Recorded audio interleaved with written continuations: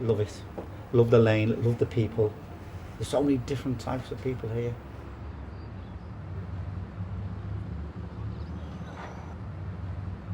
I work here for over 40 years.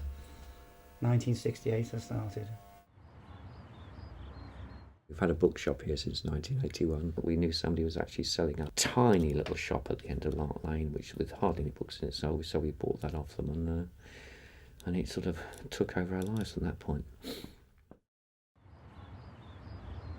I've lived here for 18, 19 years.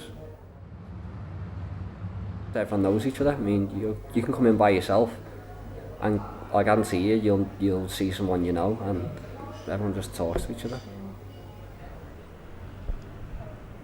When I started, there was no wine bars, nothing, just 2 pubs and a milk bar with a jukebox in. That was it. I started when I was 15 as a barber. I've been doing it for 50 years, really, cutting hair. Teenage boys particularly, I mean, it's extremely rare. I mean, in a year we probably had about 4 or 5, I mean, under sort of 16 who read, which is a little bit scary for the future of the UK, I think, quite frankly. I mean, because if they're not reading, they're not sort of growing sort of in their minds at all, you know, they're not getting any kind of feeling for it, they're just getting a very superficial look at things.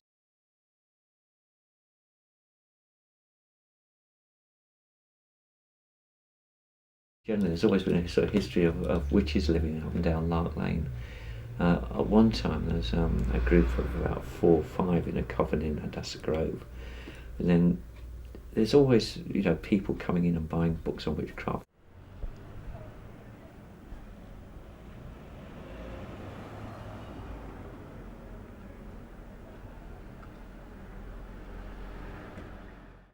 This is going back 100 years. Mrs. Maybrick, she actually was accused of poisoning her husband with arsenic.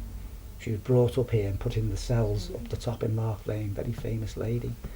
And then they did a trial in St George's Hall, and she was found guilty.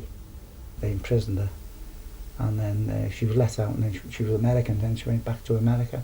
But the thing is, she was brought up to this police station, put in the cells up there.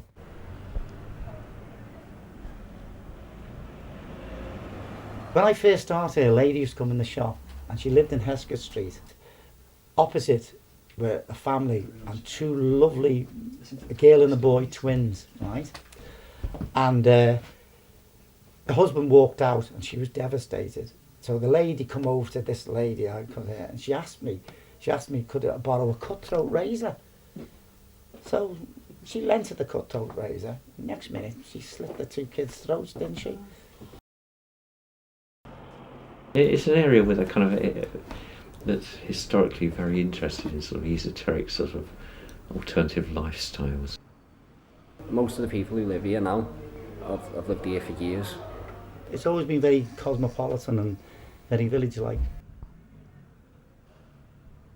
It's more of an enjoyment than a shop. We have a laugh with them, you know, just to listen to them and the stories. So you can go out, you can have something to eat, you can have a drink, you'll see all familiar faces. It's just a happy place.